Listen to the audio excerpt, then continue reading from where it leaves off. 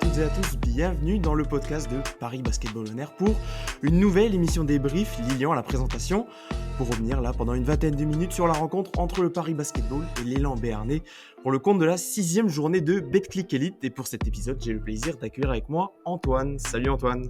Salut Lilian, comment ça va? Bah écoute, la première victoire du Paris Basketball est là en championnat, donc on va plutôt faire un débrief positif je pense de cette rencontre.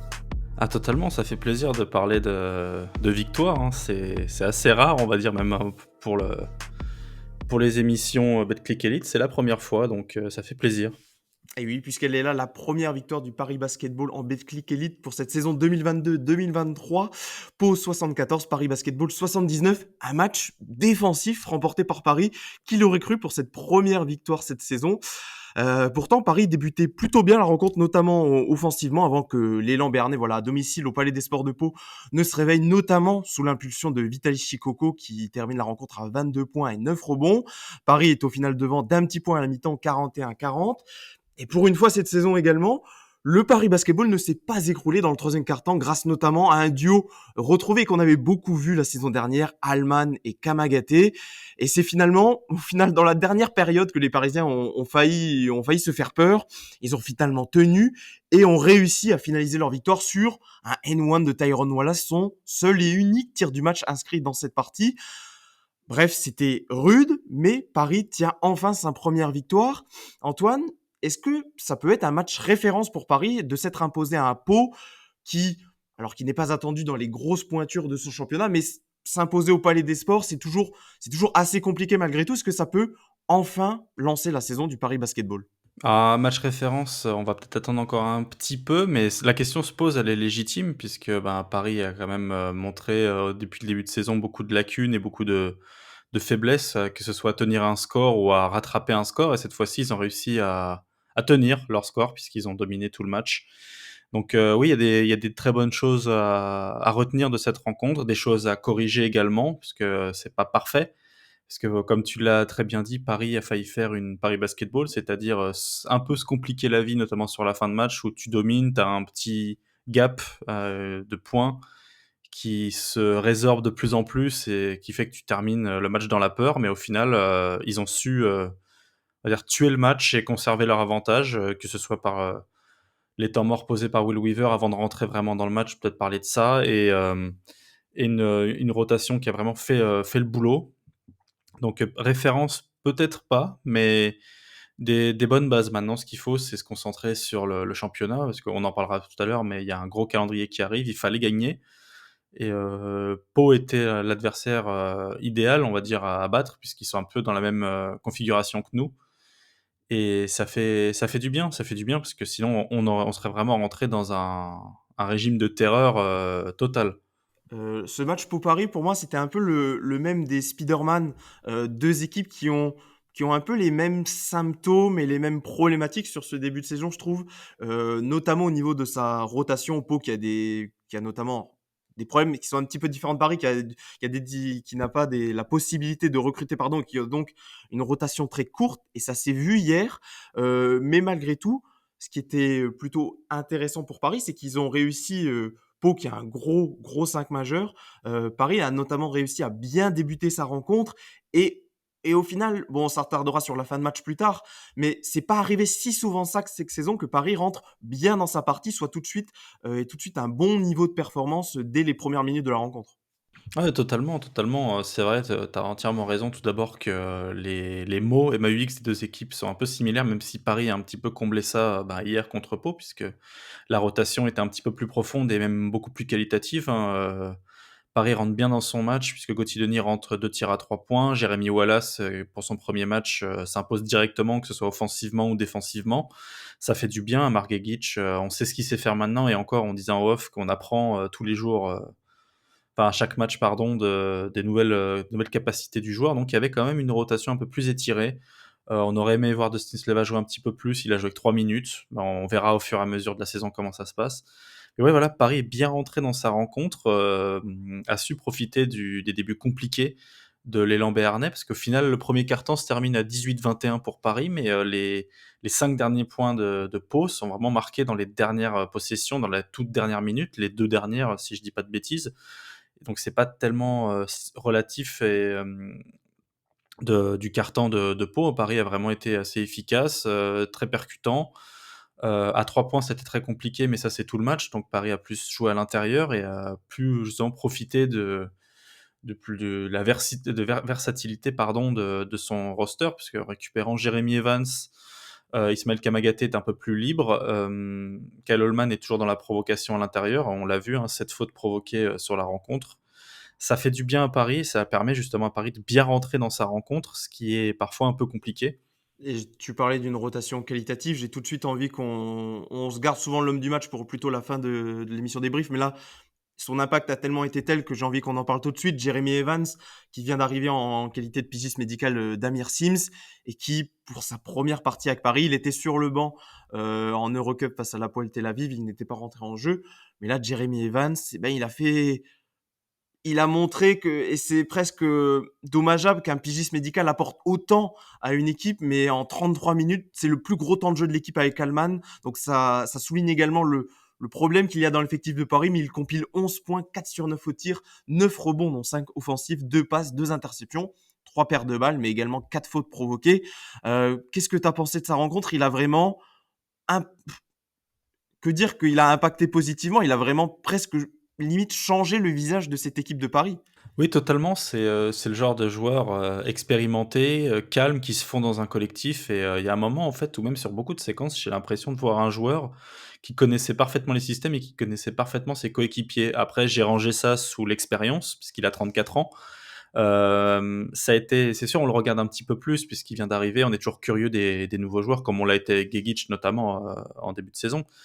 Mais, voilà, il a su apporter des 2 côtés du terrain, tu l'as dit, au rebond, que ce soit défensif ou offensif, dans la lecture du jeu, puisqu'il fait 2 passes et les 2 passes, j'encourage, ceux qui n'ont pas vu le match à revoir, les 2 passes de Jeremy Evans qui sont vraiment de la lecture et vraiment des passes, voilà, d'un joueur qui lève la tête et qui regarde le jeu autour de lui et et les mouvements de ses coéquipiers, c'est très agréable. Et offensivement, il force pas son jeu, il fait ce qu'il sait faire. Il prend 2 tirs à 3 points, bon, qu'il rate, mais les tirs sont clairement justifiés. Il y en a un où il est vraiment ouvert et on le voit même hésiter. Ça fait du bien, ça apporte du physique, ça apporte de la taille, de la dureté aussi, puisqu'il défend assez dur, il comprend bien le jeu, même défensivement. Et chose qui est vraiment pas négligeable, c'est qu'il soulage énormément Ismaël Kamagaté, puisque Ismaël Kamagaté s'est senti beaucoup moins esseulé dans la raquette, que ce soit défensivement ou offensivement, et il a pu vraiment pleinement assumer son rôle de protecteur de cercle, puisqu'il savait qu'autour de lui, bon, il avait toujours des extérieurs qui ont bien défendu sur ce match-là, et un intérieur expérimenté qui allait vraiment le soulager, et il l'a soulagé.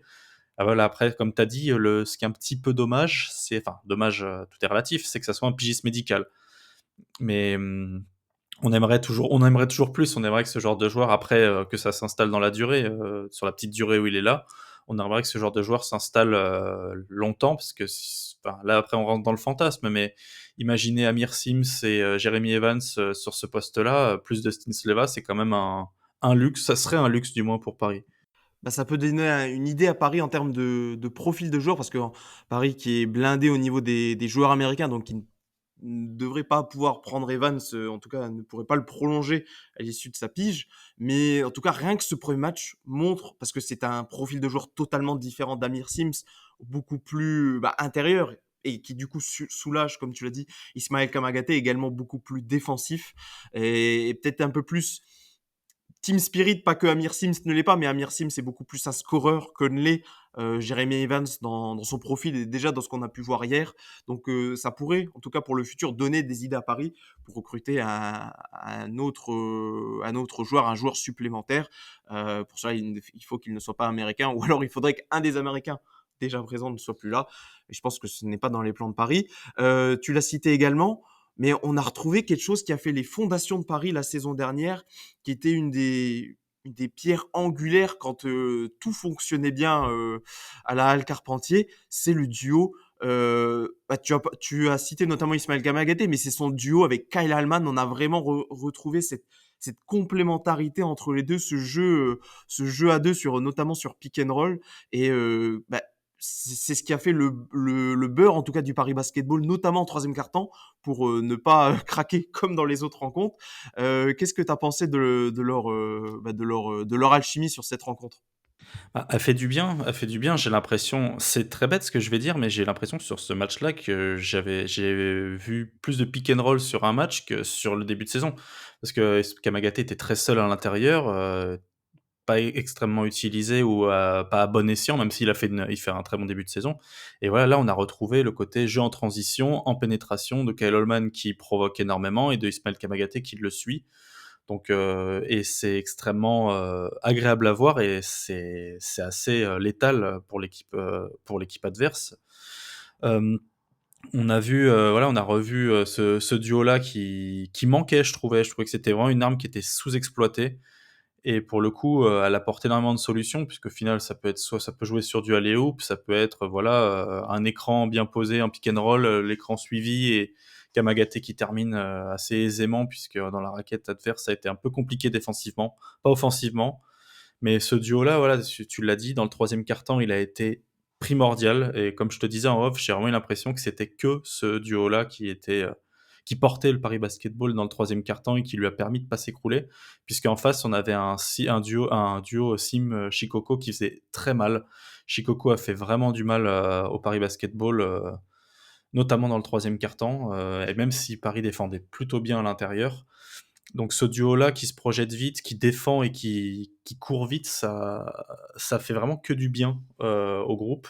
On a l'habitude de voir le jeu de Will Weaver, des possessions courtes, mais du shoot, longue distance, en espérant que maintenant il puisse s'appuyer sur des possessions aussi courtes, mais un jeu à l'intérieur puisqu'il a vraiment 2 joueurs, qui sont référents dans ce secteur-là, du côté parisien. Pas mal de choses positives donc, mais Paris a quand même failli, retomber un petit peu dans ses travers. Cette fois, c'était en toute fin de match alors que, bah, on sentait que Paris avait peut-être le momentum, mais au final, Pau a réussi à revenir. Est-ce que tu peux nous dire comment, bah, Paris a réussi à faire basculer cette rencontre, en sa faveur? Notamment, bah, voilà, sur, Tyrone Wallace qui était plutôt exécrable sur cette rencontre, qui finalement, a son seul tir du match, bah, a permis un petit peu de clore cette rencontre.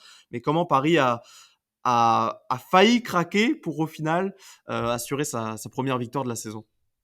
Ah, Tyrone Wallace a fait un mauvais match, il faut le dire, ça arrive et ça arrivera à d'autres joueurs. Pour le coup, il a vraiment fait un mauvais match.